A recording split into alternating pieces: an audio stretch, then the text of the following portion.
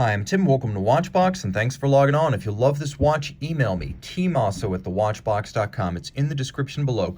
Your purchase and pricing email question line for buying this or any watch you see on any Watchbox platform. Please reach out to me directly. Email tmosso@thewatchbox.com. Launched in 2018, this is a mid-size Patek Philippe Calatrava Pilot Travel Time. It's the Calatrava Pilot Travel Time reference 7234R-001, 37.5 millimeters in diameter. It is actually quite true to the size of many of the pioneering pilot's watches of the 1930s. So the watch, as you can see, all in rose gold, almost identical in design to the larger 5524R that also debuted in 2018. The watch measures 11 millimeters thick and 45.6 millimeters from lug tip to lug tip, with an 18 millimeter spacing between the lugs.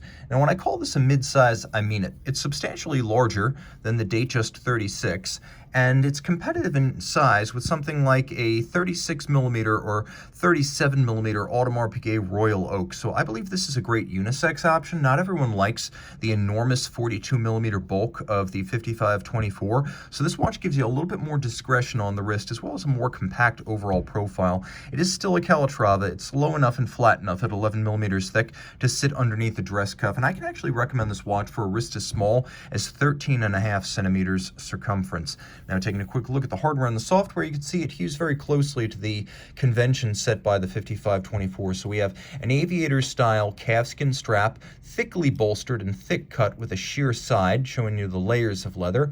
We have a contrasting stitch. We have a little bit of cross-hatching of the stitching as we approach the Clevis-style aviators-inspired pin buckle. This counterbalance pin buckle is specific to the Calatrava pilots. It's designed to look like the fixtures that would secure pockets and compartments on aviation attire during the early to mid 20th century era of aviation. As you can see, calfskin on both sides, a Patek Philippe factory strap in brand new condition, and we get the Patek pull tab spring bars that allow you to quickly and easily remove the strap without actually using tools. The case band is simple, and at least in terms of design, it's identical to the larger Calatrava pilots.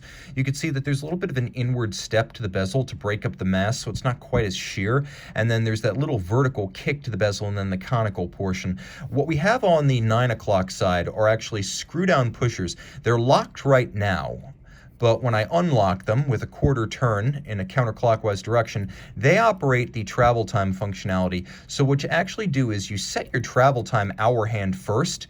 That's the little skeleton white varnished hand, and then you set your local time using the pushers, and you can see how the watch doesn't actually stop. It keeps keeping time, and of course you could drive the date forward or backwards using these pushers, and they turn counterclockwise a quarter of a turn to lock everything down and secure it. What appears at first glance like it might be small seconds down at 6 o'clock is actually a radial date, and if we take a closer look at the dial itself, you can see that a feature unusual for a travel time watch, you have both AM, PM, or day-night indicators for your local time and your reference time.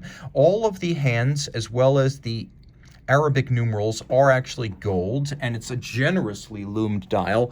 For a Patek Calatrava, this is probably record amounts of super luminova. And you can see even the seconds hand is loomed, so this is a true sports watch. And unlike a conventional Calatrava, this one is 60 meters water resistant, an uncommon feature that is unique among Calatravas to the pilots. Now, turning it all over, you can see the caliber 324 SCFUS.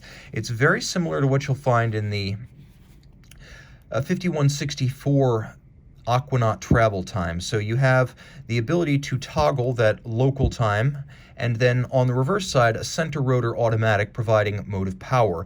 It's a unidirectional winder with ceramic rotor bearings. It has a 45-hour power reserve, beats away at 8 beats per second. It's adjusted in 6 positions, and it has a free-sprung gyromac style balance structure with a anti-magnetic silicone hairspring and the Patek Philippe seal. And these features all come together to grant you guaranteed accuracy from the factory of no worse than -3 + 2 seconds per day. You can also see that it is quite nicely finished. The basic components are started by mechanical means, but then finished up by handcraft. As you can see, things like the quality of the beveling, which is mirrored and rounded. It started off with a mechanical milling wheel, but then it's finished off by hand, so it's mirrored and rounded and not a sharp, ugly, filed edge. And those kind of details abound on this movement, from the black polished screws to the circular Cote de Genève and linear Cote de Genève on the rotor and bridges respectively, to the polishing of the screw and jewel countersinks. You have diamond paste used to black polish these screw heads, and then their slots and their circumference are chamfered for detail. You can see there's engine turning and small perlage on the center of the rotor, also on the reversing wheel for the winding system, as well as on the base plate in a much larger engine-turned fashion.